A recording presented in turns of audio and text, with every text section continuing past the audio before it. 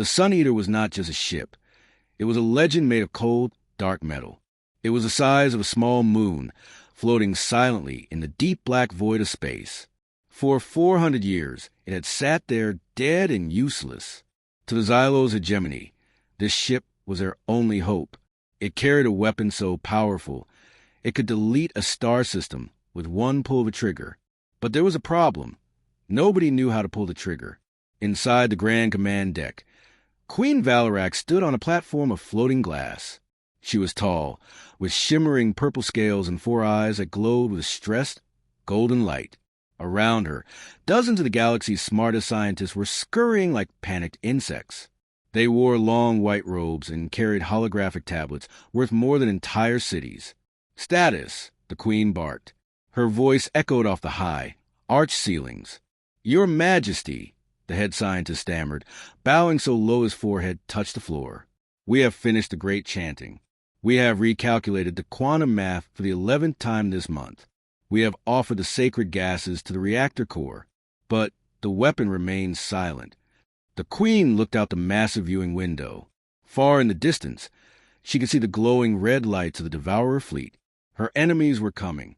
In 3 days, they would reach her home planet. If the Sun Eater didn't wake up, her entire civilization would burn ashes. "You had centuries," the Queen screamed. "My grandfather spent his life trying to fix this. My father died waiting for this gun to fire. Are you telling me that the greatest minds in the universe are useless?" The scientists trembled. They believed the weapon was a god machine. They treated the engine like a temple. They thought the machine was angry or sleeping. They spent their days writing complex codes and performing holy rituals to please the computer. In the corner of the room, far away from the royal platforms and the expensive computers, there was a small noise. Squeak, swish, squeak. It was the sound of a mop.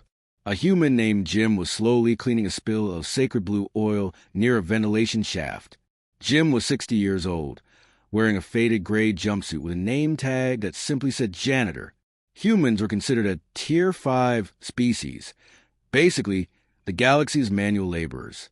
They were hired because they were cheap, stayed out of the way, and didn't ask questions. Jim stopped mopping and looked up at the massive, glowing reactor wall. He listened to the hum of the machine. To the aliens, it was a holy vibration. To Jim, it sounded like a car engine with a bad spark plug. He watched the scientists pour blessed liquid into a digital port. Jim snorted. He didn't mean to, but in the silent, tense room, the sound was like a gunshot. The Queen's 4 eyes snapped toward the corner. The scientists gasped. A lowly human had just made a rude noise in the presence of the great weapon. "You!" the Queen said, pointing a sharp finger at Jim. "The hairless ape with the stick. Why do you make such a sound? Do you find our extinction funny?" Jim leaned on his mop handle and scratched his chin. "Not funny, ma'am," he said in a raspy voice. "Just painful to watch. You guys are trying to talk to that machine like it's a person. It's not a person. It's just a bunch of pipes and wires. And right now, it sounds like it's choking on its own spit." The room went deathly silent. The head scientist looked like he was going to faint. "How dare you? This is the work of the ancients." Jim shrugged. "The ancients were just engineers, pal. And they clearly didn't leave you a toolbox." The head scientist, a creature with long, spindly fingers and 3 eyes, stepped toward Jim. "You dare insult our ancestors?" he shrieked. "We have studied the holy schematics for generations. We have mapped every quantum pulse in this chamber. You are a floor scrubber. You understand nothing but dirt." Jim didn't look bothered. He just looked at the massive, glowing wall of the reactor. "I understand that when a pump sounds like a bag of gravel in a blender, it's not because it's sad. It's because something is stuck in the gears." Queen Valarax stepped down from her high throne. Every step she took made the scientist bow lower. She stopped just inches from Jim. She was nearly 7 feet tall, smelling of ozone and expensive perfumes. Her 4 eyes scanned Jim's face, looking for fear. She found none. "Human," she said, her voice a low, dangerous hiss. "My empire is dying. My people are screaming in the streets because the enemy is at our door. I have spent billions of credits on these geniuses. She gestured wildly at the trembling scientists, and they give me nothing but poems and prayers. She leaned closer. You say it is choking. If I allow your hands to touch the sacred machine and you fail, I will not just fire you. I will eject you into the vacuum of space without a suit. Do you understand? Jim took a slow breath and looked at his bucket. Well, ma'am, I was planning on retiring next month anyway. But if I'm going to fix this, I need everyone to step back. And I mean way back. Your science is just getting in the way of the hardware. The Queen signaled her guards. The soldiers, armed with plasma rifles, forced the scientists to the edges of the room. The geniuses muttered under their breath, calling Jim a barbarian and a fool. They were certain the human would blow up the entire station. Jim didn't use a computer. He didn't pull out a holographic tablet. Instead, he reached into the bottom of his gray mop bucket. Underneath the dirty rags, he pulled out a heavy, battered metal box. He flipped the latches. Inside were tools that looked like museum pieces to the aliens. A heavy steel wrench, a hammer with a wooden handle, and a spray can with a missing cap. What are those? Primitive sticks, the head scientist whispered in horror. Tools, Jim grunted. He walked over to a massive gold-plated panel. To the Xylos, this was the altar of activation. It was covered in glowing runes and ancient symbols. Jim didn't look at the runes. He looked at the floor beneath the panel. He saw a tiny streak of black grease leaking from a seam. He knelt down, his old knees cracking. He took his heavy wrench and started unscrewing the holy bolts. Stop, the head scientist cried. Those are the seals of eternity. If you break them, the soul of the ship will escape. It's just a vibration dampener, kid, Jim said without looking back, and it's rusted shut. As Jim worked, the station suddenly lurched. A massive explosion rocked the Sun Eater. The emergency lights flickered red. Report, the Queen shouted to the bridge. The enemy fleet has arrived. A voice crackled over the intercom. Their long-range cannons are hitting our shields. Shields at 80% and falling. The Queen looked at Jim. He was currently lying on his back, half disappeared inside a maintenance crawl space, banging on something with a hammer. Clang, clang, clang. Every time the hammer hit the metal, the scientists flinched as if they were being hit themselves. To them, this was sacrilege. To Jim, it was just Tuesday. Hurry, human, the Queen urged, her voice trembling for the first time. Can't rush a sticky valve, Your Majesty. Jim's voice echoed from inside the machine. You've been running this thing on standby for 400 years. It's like trying to start a tractor that's been sitting in a barn since the Stone Age. Everything is seized up. Another blast hit the ship. The floor tilted sharply. Jim slid out a hole, his face covered in black oil. He looked at the Queen with a serious expression. I found the problem, he said, wiping his hands on a greasy rag. But you're not going to like it. The Queen stared at the black oil on Jim's face.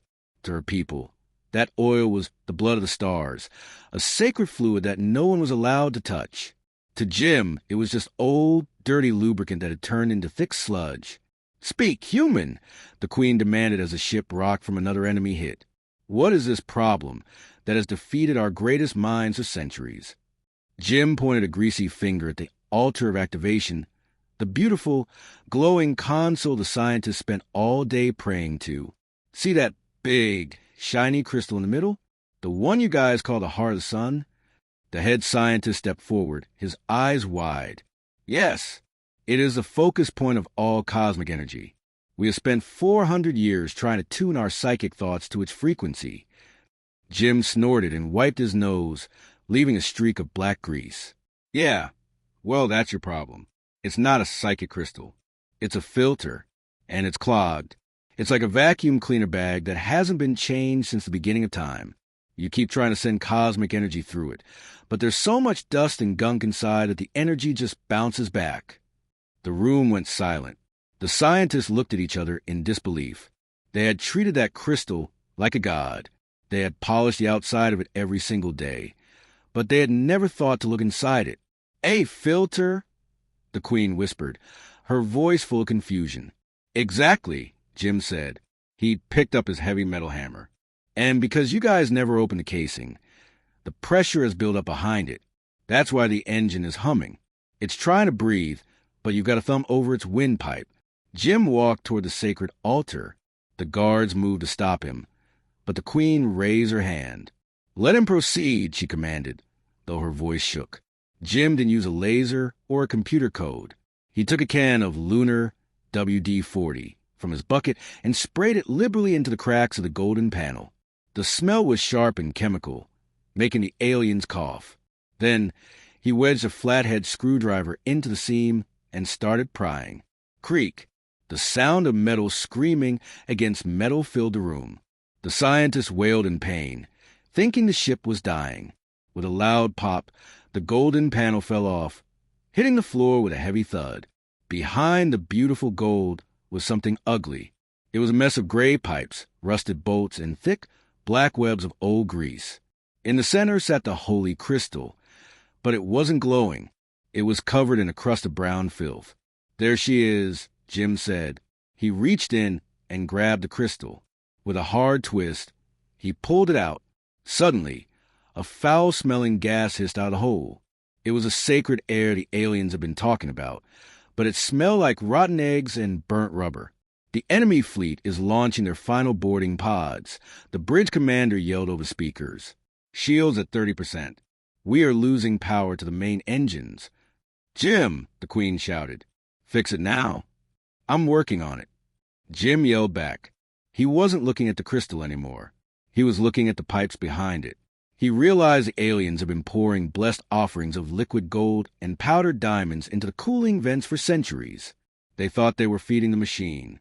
In reality, they were just pouring sand into a car engine. Jim grabbed a long, flexible brush from his janitor's cart. He started shoving it into the pipes, scrubbing furiously. "I've got to clear this junk out. If I don't, the moment we try to fire this thing, the back pressure will turn this whole ship into a giant firework." He pulled out a handful of gunk, melted gold, old jewelry, and dried up holy water. He tossed it onto the floor like it was common trash. "Wait," the head scientist gasped, pointing at the trash. "That is the treasure of the Third Dynasty." "Now it's just a plumbing clog," Jim grunted. "Give me 2 more minutes. I need to bypass the safety sensor, or the computer won't let the engine turn over." He reached for a small roll of silver tape, duct tape, the most powerful tool in the human galaxy. The ship groaned as another massive explosion shook the floor. This time, the gravity plates flickered, and for a terrifying second, everyone floated an inch off the ground before slamming back down. "The shields are gone," the bridge officer screamed over the comms. "Enemy boarding pods have latched onto the hull. They are cutting through the airlocks in Sector 4. Queen Valarax drew her ceremonial plasma sword.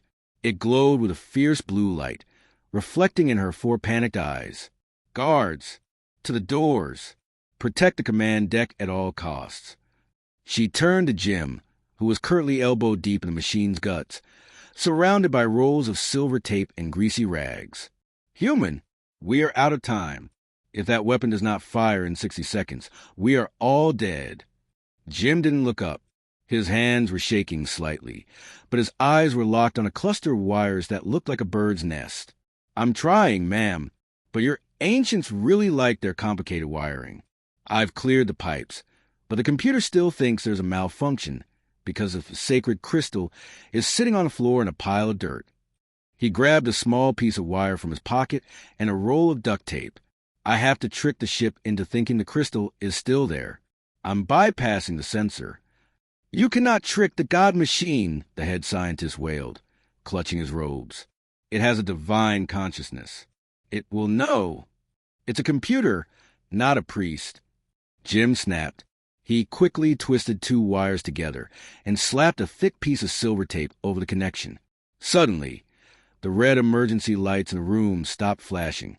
They turned a steady, pulsing orange. The deep, sickly grinding sound in the walls changed.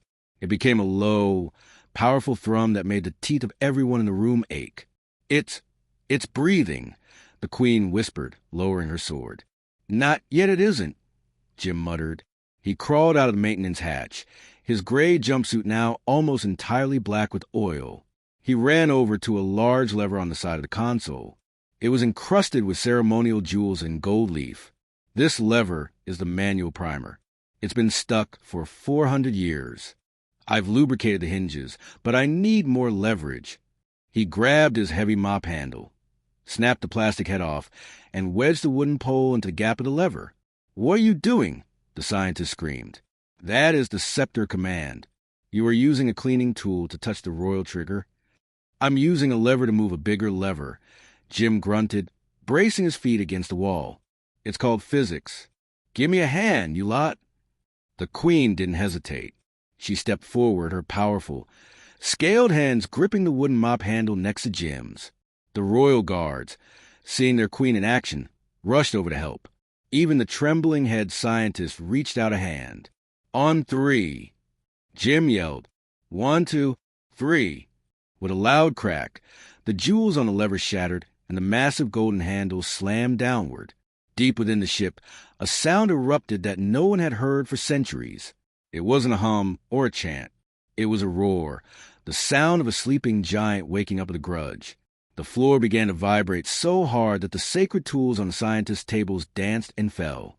"Power levels at 50%, the bridge reported, their voice cracking with excitement. 60, the ether core is stable. The barrel is clearing." But then, a loud bang came from the command deck doors. The metal began to glow red as the enemies started cutting through.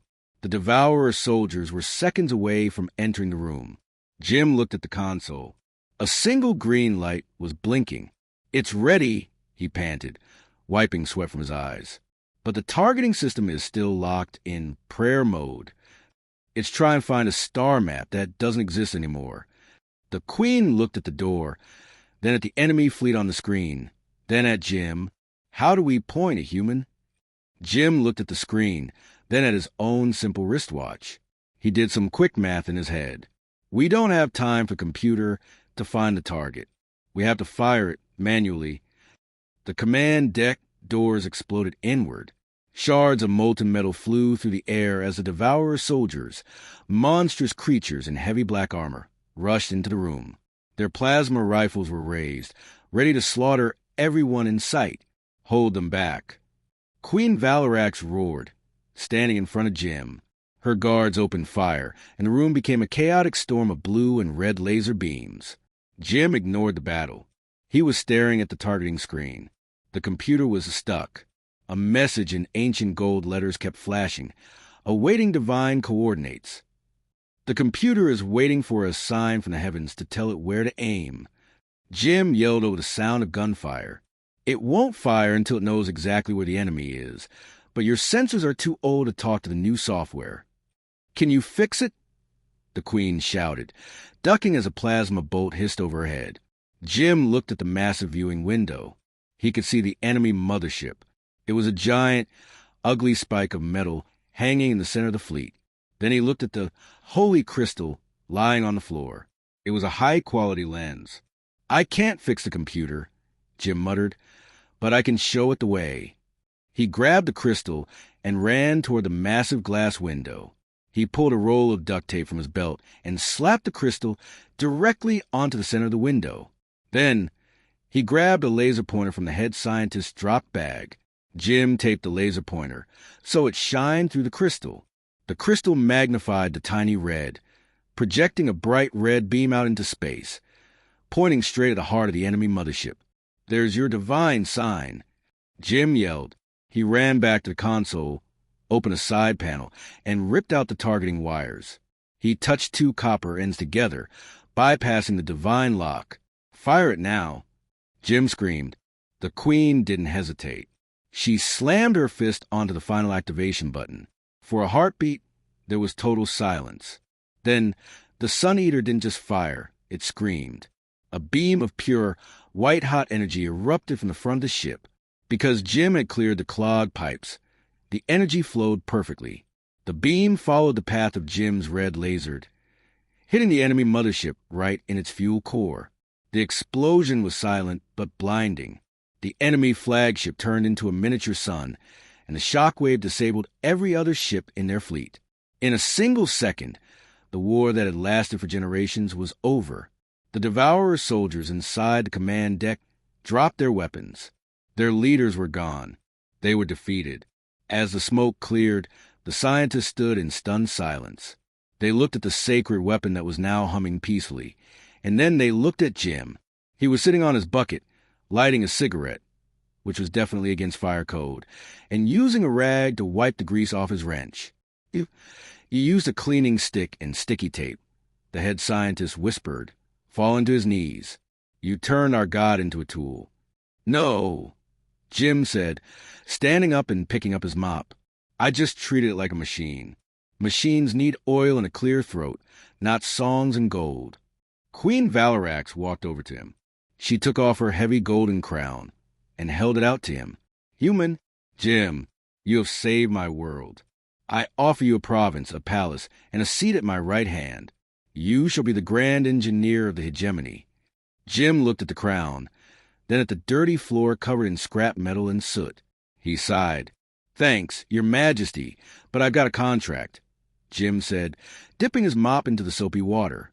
And looking at this mess, I've got a lot of work to do. But I tell you what, double my hourly pay and get me a mop with a comfortable grip, and we'll call it even. The Queen laughed, a real, honest sound. Deal. From on, the Xylos Hegemony changed. They stopped building temples and started building workshops. And in the center of their capital city, they built a statue. It wasn't of a god or a king. It was a statue of an old man in a jumpsuit, holding a wrench in one hand and a mop in the other. Underneath, the inscription read, "It just needed a kick.